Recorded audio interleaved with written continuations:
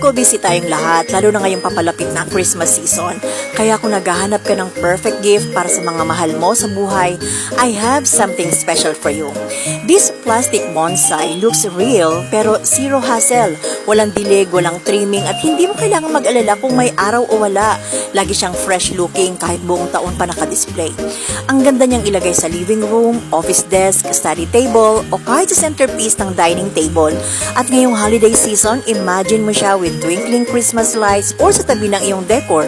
Ang relaxing at elegant ng vibes. Pero ang pinaka-best part, hindi lang ito ang available colors. Kung gusto mo ng variety, punta ka lang sa Yellow Basket at makikita mo ang iba't ibang colors and styles.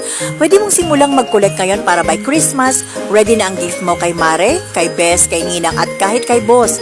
Hindi ito basta display lang. This bonsai is also a symbol of life, growth, and good luck. Kaya perfect na pang regalo kasi hindi nalalanta, hindi kumukupas at everlasting ang ganda niya. So this Christmas, huwag ka na sa common na regalo, magbigay ka ng something unique, elegant at may meaning. Plastic bonsai.